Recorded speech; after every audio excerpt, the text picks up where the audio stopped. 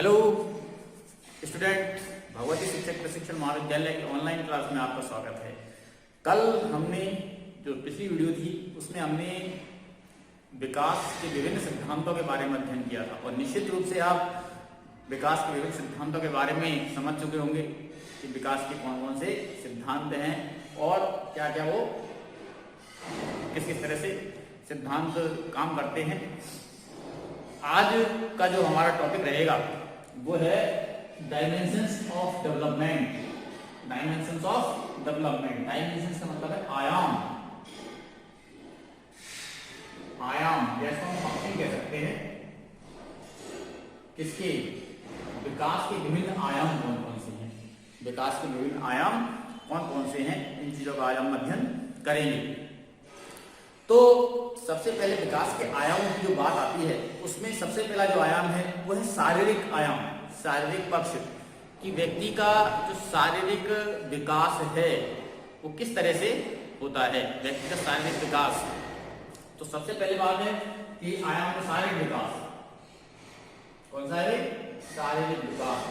तो शारीरिक विकास से तात्पर्य है व्यक्ति का जो शरीर है, जो स्ट्रक्चर है शारीरिक, वो किस तरह से डेवलप होता है। तो बाहरी और आंतरिक दोनों रूपों से व्यक्ति का शारीरिक विकास होता है। तो बाहरी रूप में उसके जो बाहरी अंग हैं, हाथ पैर जो दिखाई देते हैं, उसकी जो संरचना दिखाई देती है, रूप रंग है जो दिखाई देता है, वो बाहरी रूप से दिखाई देता है। और आंतरिक रूप से हम बात करें तो आंतरिक रूप से जब नाड़ी तंत्र है, जैसे नाड़ी तंत्र को हम कहते हैं नर्वस सिस्टम, जब इसका विकास होता है प्रॉपर्ली, जब इसका विकास हुआ तो संवेगात्मक स्थिरता व्यक्ति के अंदर आती है। इसके संवेग स्थिर होते हैं। अगर प्रॉपर्ली इसके नर्वस सिस्टम का विकास हुआ है तो उसमें संवेगात्मक स्थिरता दृष्टिगोचर होती है। साथ ही साथ हृदय तथा रक्त संचार तंत्र,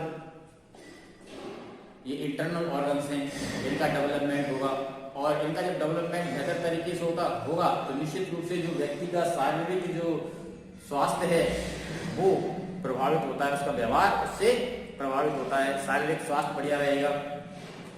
श्वसन तंत्र का विकास और पाचन तंत्र का विकास, मांसपेशियों का विकास, जब मांसपेशियों का विकास, श्वसन तंत्र का विकास, पाचन तंत्र का विकास अच्छी तरह से बेहतर तरीके से होता है तो उसका जो शारीरिक विकास हम कह सकते हैं व्यक्ति का बहुत अच्छा हो रहा है।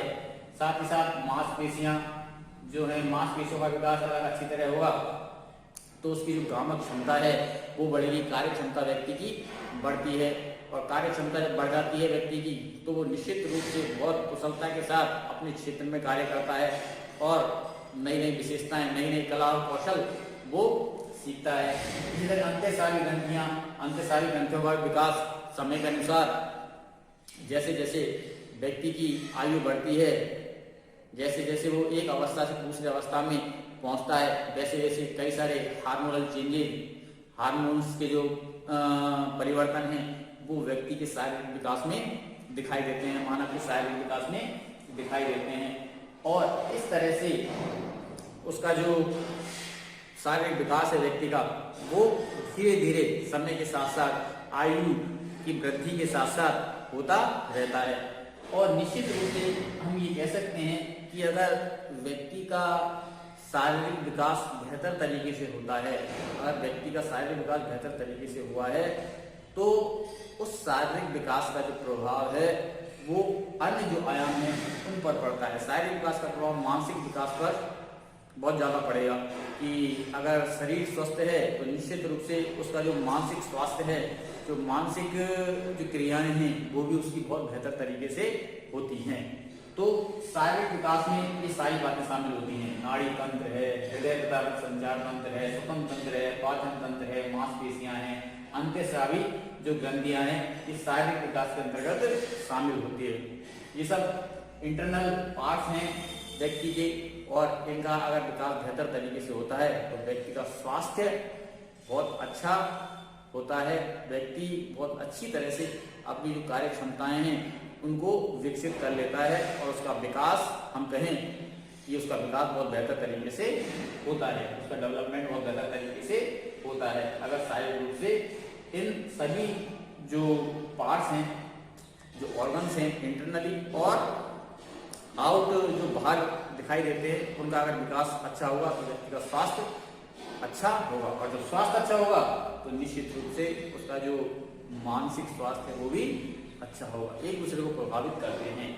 अब दूसरी बात आती है मानसिक विकास। दूसरी बात किसकी आती है भाई? मानसिक विकास की। और मानसिक विकास में जो बातें शामिल हैं, जो चीजें शामिल हैं, वो कौन कौन सी हैं? बुद्धि। मानसिक विकास के अंदर क्या है शामिल? बुद्धि है। बुद्धि, इंटेलिजेंस की, व्यक्ति की बुद्धि, अलग अलग जो व्यक्ति हैं, अलग अलग जो बच्चे हैं, उनकी बुद्धि अलग अलग होती है। अलग अलग तरह की बुद्धि लब्धि के बच्चे होते हैं। हाँ, पड़ता है उनका प्रभाव, वंशानुक्रम का पड़ता है, वातावरण का प्रभाव भी पड़ता है। तो जो बुद्धि है, जैसी बुद्धि होगी व्यक्ति की, वैसा इसका मानसिक जो स्वास्थ्य है वो दृष्टिगोचर होगा, वो दिखाई देता है। उसके बाद संवेदनाएं हैं, निरीक्षण करने की क्षमता, प्रतीक्षण की जो क्षमता है वो है। उसके बाद रुचि है कि उसका इंटरेस्ट व्यक्ति का। उसके बाद ध्यान, कल्पना, चिंतन, तर्क, निर्णय, ये स्मृति, विस्मृति इत्यादि, ये सब सारी बातें किसके अंदर शामिल होती है? मानसिक विकास के अंदर शामिल होती है। जिन व्यक्तियों का जो मानसिक स्वास्थ्य है वो बेहतर होता है, उनमें जो ये सारी जो बातें हैं मानसिक विकास की, वो इन जो तत्व हैं इनका उपयोग बहुत बेहतर तरीके से कर सकता है। उसमें सभी जो तत्व हैं उनका जो विकास है वो बेहतर तरीके से होता है, बेहतर तरीके से उसका विकास होता है। बुद्धि का विकास है, संवेदना है, निरीक्षण है, और निरीक्षण मतलब ऑब्जर्वेशन करने की क्षमता, किसी चीज को देखने की क्षमता, प्रत्यक्षीकरण है, रुचि है, उसका जो इंटरेस्ट है वो किस तरह का है, उस चीजों की जानकारी, उस चीजों की जानकारी का पता, जानकारी प्राप्त की जाती है। ध्यान है कि व्यक्ति का ध्यान, अटेंशन किस तरह का है। तो ये सारी की सारी जो तत्व है ये सब मानसिक विकास के हैं। किसके हैं? ये मानसिक विकास के तत्व हैं। और अगर व्यक्ति का मानसिक स्वास्थ्य अच्छा है तो ये हम कह सकते हैं कि उसमें ये सारे जो तत्व हैं वो बेहतर तरीके से वो कार्य करते हैं, और व्यक्ति अपने जो जीवन है, जो कार्य क्षेत्र है, उसमें अच्छी तरह से अपना डेवलपमेंट कर पाता है। अगली बात आती है भाई भाषाई विकास की। भाषाई विकास से तात्पर्य है कि बच्चा जब जन्म लेता है तो निश्चित रूप से एक स्वाभाविक प्रक्रिया है कि वो रोता है। तो रोने से ही हम कहें कि उसका जो भाषाई विकास प्रारंभ हो जाता है। और रोने के बाद वो एक एनवायरनमेंट में आता है, रोता है तो रोने से अपनी जिज्ञासाएं बताता है बचपन में, उसके अंदर जो उसको नीड है, जो उसको आवश्यकता है, वो किसके माध्यम से बताता है? वो रोने से बताता है। जिस एनवायरनमेंट में बच्चा पल रहा है, जो वातावरण उसको मिला है, उस वातावरण के अकॉर्डिंग वो भाषा को अर्जित करता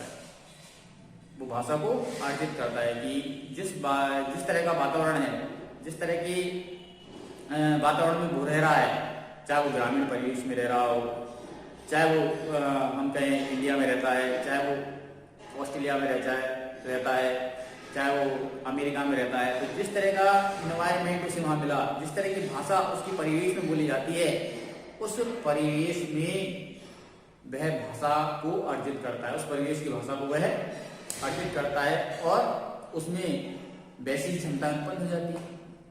तो एक भाषा का भी एक निश्चित क्रम होता है, भाषा विकास का भी एक निश्चित क्रम होता है कि सबसे पहले एक सीक्वेंस में चलती है। जो भाषा है वो भाषा विकास का क्रम एक सीक्वेंस में चलता है। उसमें सबसे पहले बच्चा सुनेगा, क्या करेगा भाई? सुनेगा, बोलेगा, पढ़ेगा और लिखेगा। ये भाषा विकास का एक क्रम है। कि इस क्रम में भाषा का विकास होता है। पहले बच्चा सुनता है, फिर बोलता है, फिर पढ़ता है और फिर लिखता है। अगर बच्चा, कल भी बात आई थी कि एक जो विकास का क्रम है वो एक निश्चित क्रम है विकास का, उस क्रम में विकास होता है। तो अगर बच्चा सुनेगा नहीं तो फिर बोलेगा कैसे? पता ही थी ना कि अगर वो सुन नहीं पाएगा, जिस वातावरण में वो रह रहा है उन बातों को वो सुन नहीं पाएगा तो वो कैसे बोल सकता है? तो निश्चित रूप से जो वातावरण उसे प्राप्त हुआ है, जिस वातावरण में वो रह रहा है, उस वातावरण का प्रभाव उसकी भाषा विकास पर पड़ता है और वो वही भाषा अर्जित करता है जो उसके परिवेश की है, जो उसके घर की है, जो उसके परिवार की है और जो उसके संगी साथियों की है, जो इसके विद्यालय की है। इस तरह की उसके ऊपर उस वातावरण का प्रभाव उसकी भाषा पर आना लाजमी है, वो भाषा का प्रभाव उसके ऊपर आता है। तो हम कह सकते हैं कि जो भाषा का जो विकास है वो एक निश्चित क्रम में बढ़ता है और भाषा के विकास पर उसके सारे आयाम, जो मानसिक स्वास्थ्य भी निर्भर है। मानसिक स्वास्थ्य भी उसको प्रभावित करेगा, निश्चित रूप से करेगा। अगर मानसिक स्वास्थ्य अच्छा है तो निश्चित रूप से उसका जो भाषाई विकास है वो अच्छी तरीके से और बेहतर तरीके से होगा। उसके बाद बात आती है, जो अगला जो है वो है संवेगात्मक विकास।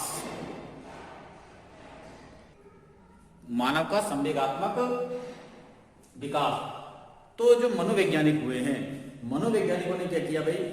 मनोवैज्ञानिकों ने मानव व्यवहार को 3 पक्षों में विभाजित किया है। 3 पक्षों में विभाजित किया है। पहला है ज्ञानात्मक, दूसरा है भावात्मक और तीसरा है क्रियात्मक पक्ष। पहला पक्ष है ज्ञानात्मक पक्ष। मानव विभिन्न ज्ञानेंद्रियों के माध्यम से, जो उसकी विभिन्न ज्ञानेंद्रियां हैं उनके माध्यम से जिस वातावरण में रहता है, जहां कुछ चीजों को देखता है तो उनसे ज्ञान प्राप्त करता है। उनसे क्या करता है भाई? ज्ञान प्राप्त करता है और उसके बाद उसके अंदर उस चीज को देखकर या उस वस्तु को देखकर जो भी है उसके सामने जो भी आती है उसके प्रति भाव उत्पन्न होते हैं और भाव उत्पन्न होने के बाद वो क्रिया करता है। उदाहरण के तौर पर हम ये लें कि किसी भयानक वस्तु, कोई मनुष्य किसी भयानक वस्तु अथवा हम कहें कि क्रिया, किसी भयानक वस्तु अथवा क्रिया के ज्ञान से मनुष्य के मन में भय उत्पन्न हो जाता है। मनुष्य के मन में भय उत्पन्न होता है और भय की उत्पत्ति, जब भय की उत्पत्ति हो जाती है तो वह पलायन करता है। उस कार्य को करने से वो डरता है, उस कार्य को करने से वो डरता है। तो उसने जब वो वातावरण में था तो उसने कोई ऐसी वस्तु देखी, अपने ज्ञानेंद्रियों के माध्यम से उस चीज को उसने अनुभव किया, तो ऐसी कोई उसने वस्तु देख ली जो डरावनी है, तो उसके मन में क्या होगा? मन में भय उत्पन्न होगा। क्या उत्पन्न होगा भाई? भय उत्पन्न होगा। भाव क्या आया? भय का भाव आया। किसका भाव उत्पन्न हुआ उसके अंदर? भय का भाव उत्पन्न हुआ। जब भय का भाव उसके अंदर उत्पन्न हो जाएगा तो कार्य क्या होगा? तो कार्य से क्या कर देगा? पलायन कर देगा। उस कार्य करने से डर जाएगा। जो कार्य वो करना चाहता है तो उस कार्य करने से दूर हट जाएगा कि भाई मुझे ये कार्य नहीं करना है। तो हम कह सकते हैं कि भाई उसके क्या है? संवेग है।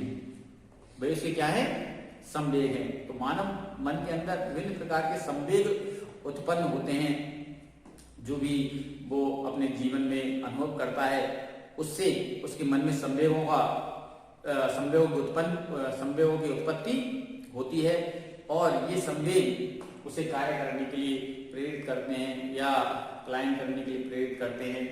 तो जो संवेग हैं वो कौन कौन से हैं? बहुत सारे संवेग बताए हैं मनोवैज्ञानिकों ने। प्रमुख रूप से प्रेम, घृणा, भय, जिज्ञासा इत्यादि क्या है भाई? ये संवेग हैं। और संवेगात्मक जब जो विकास है वो व्यक्ति का आयु के साथ साथ जैसे जैसे उसका जो डेवलपमेंट है, शैशव अवस्था के बाद जो बाल्य अवस्था में आता है, बाल्य के बाद किशोर में आता है, किशोर के बाद प्रौढ़ावस्था में आता है, तो उसके जो संवेग हैं वो विकसित होते रहते हैं और संवेगों पर व्यक्ति नियंत्रण करना सीख लेता है। जैसे जैसे उसके विकास की जो वृद्धि है वो होती है, जैसे जैसे उसका विकास होता है वैसे वैसे उसके जो संवेग हैं उन पर वो नियंत्रण कर लेता है। देखा होगा आपने नवजात जो शिशु है वो अपनी जिज्ञासा किसके माध्यम से बताता है? रोने के माध्यम से बताता है। छोटे छोटे बच्चे बहुत क्रोधी होते हैं, वो किसी भी चीज को क्रोध कहें, वो हर चीज पर किसी भी चीज को प्राप्त करने के लिए नाराज हो जाया करते हैं। तो कारण क्या है? कारण ये है कि भाई वो उनका अपने संवेगों पर नियंत्रण नहीं होता। परंतु जैसे जैसे आयु बढ़ती है, बच्चा समझदार होता है, उसका विकास आगे बढ़ता है, वैसे वैसे वह अपने जो संवेग हैं उन पर नियंत्रण करना सीख जाता है। तो संवेगात्मक विकास की प्रक्रिया व्यक्ति के आयु बढ़ने के साथ साथ जो उसकी आयु जैसे जैसे बढ़ती है वैसे वैसे वो स्थिर होती जाती है, उसके संवेग स्थिर होते जाते हैं और व्यक्ति अपने संवेगों पर नियंत्रण करना सीख लेता है। तो यह संवेगात्मक विकास। उसके बाद अगला आता है सामाजिक विकास। मनुष्य एक सामाजिक प्राणी है। मनुष्य कैसा प्राणी है? एक सामाजिक प्राणी है। वो समाज में रहता है और समाज में रहते हुए अपने विभिन्न क्रियाकलाप करता है। समाज में रहते हुए वो अपना एडजस्टमेंट करने की कोशिश करता है। तो जैसा व्यक्ति का परिवेश होगा, जैसा उसका सामाजिक परिवेश है, वैसे ही उसमें व्यक्ति में गुण आते जाते हैं, बच्चे में गुण आते जाते हैं। तो सामाजिक विकास समाज जैसा है, जैसे समाज में वो रह रहा है, जिस सामाजिक वातावरण में बच्चा रह रहा है, तो वैसे ही उसके अंदर जो गुण हैं वो आएंगे। समाज के विभिन्न व्यक्तियों का प्रभाव व्यक्ति उस बच्चे पर पड़ता है। जैसे जैसे वो समाज की गतिविधियों में अपने आप को संलिप्त करता है, वैसे वैसे सामाजिक गतिविधियों का प्रभाव उसके ऊपर पड़ता है।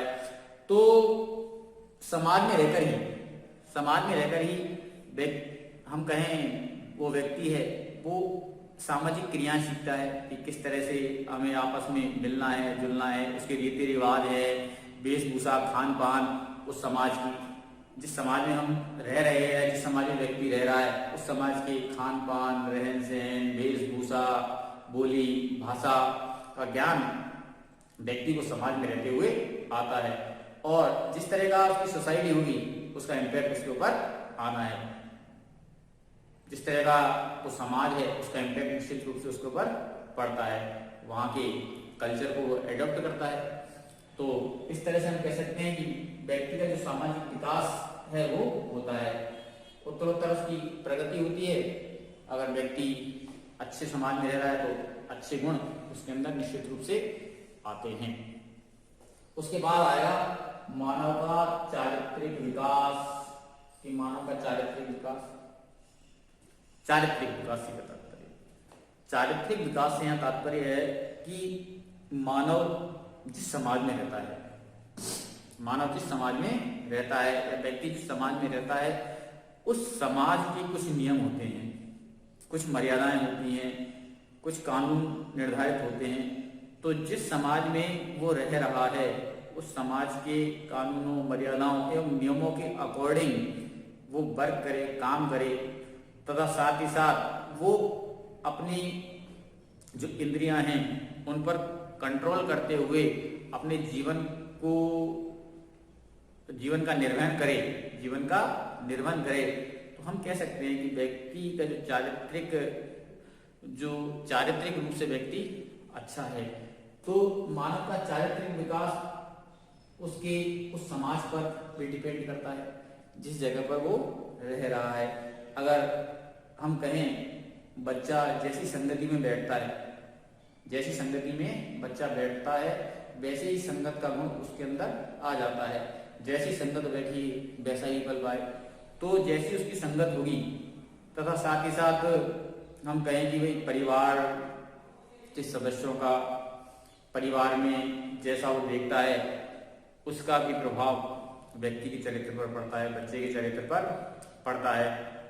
तो निश्चित रूप से चारित्रिक जो विकास है वो प्रभावित होता है व्यक्ति के परिवेश से, जिस परिवेश में वो रह रहा है। अगर अच्छे संस्कार बच्चे को अपने घर से प्रदान किए जाएंगे, अच्छे संस्कार उसे वहाँ से मिलें, माता पिता से मिलें, अपने परिवार से मिलें, जो भी और उसके जो संगी साथी हैं जहाँ वो बैठता है, विद्यालय का प्रभाव भी पड़ता है, जिस विद्यालय में वो पढ़ रहा है, साथ ही साथ समवयस्क जो ग्रुप है उसका, जिस ग्रुप में वो खेलता कूदता है, उस ग्रुप का प्रभाव भी मानव के चारित्रिक विकास पर पड़ता है। तो निश्चित रूप से अगर हम कहें कि चारित्रिक विकास में जो समाज है और परिवार है वो अपनी महत्वपूर्ण भूमिका निभाता है। तो इस तरह से जो डायमेंशंस हैं डेवलपमेंट की, जो विकास कई चरणों में की प्रक्रिया है, विकास कई चरणों की प्रक्रिया है। प्रमुख रूप से शारीरिक विकास, मानसिक विकास, भाषाई विकास, संवेगात्मक विकास, सामाजिक विकास और चारित्रिक विकास। इसके साथ साथ और भी आध्यात्मिक विकास है और भी कई तरह के, पर मेन जो विकास की प्रक्रिया है वो इन आयामों से होकर गुजरती है। और हम कहें कि जब व्यक्ति का ये सारे पक्ष, विकास के जो सारे पक्ष बेहतर तरीके से विकसित हो जाते हैं तो निश्चित रूप से व्यक्ति का जो व्यक्तित्व है उसमें एक निखार आता है और उसका जो व्यक्तित्व है वो बहुत प्रखर व्यक्तित्व बनता है। तो ये सारे के सारे जो विकास के आयाम हैं वो व्यक्ति के व्यक्तित्व को प्रभावित करते हैं। अगर ये सारा विकास बेहतर तरीके से हो रहा है तो निश्चित रूप से व्यक्ति के अंदर विशेष तरह की कार्य कुशलताएं, विशेष तरह के गुण और विशेष तरह की विशेषताएं दृष्टिगोचर होती हैं और एक जो संपूर्ण व्यक्तित्व है वो निखरा हुआ व्यक्तित्व सामने आता है। तो आज आपने डायमेंशंस ऑफ डेवलपमेंट के बारे में जाना और आप इसको बहुत अच्छी तरह से समझ गए होंगे। तो आज के लिए इतना ही, अगली क्लास में और हम इससे आगे अध्ययन करेंगे। बहुत बहुत धन्यवाद। Thank you.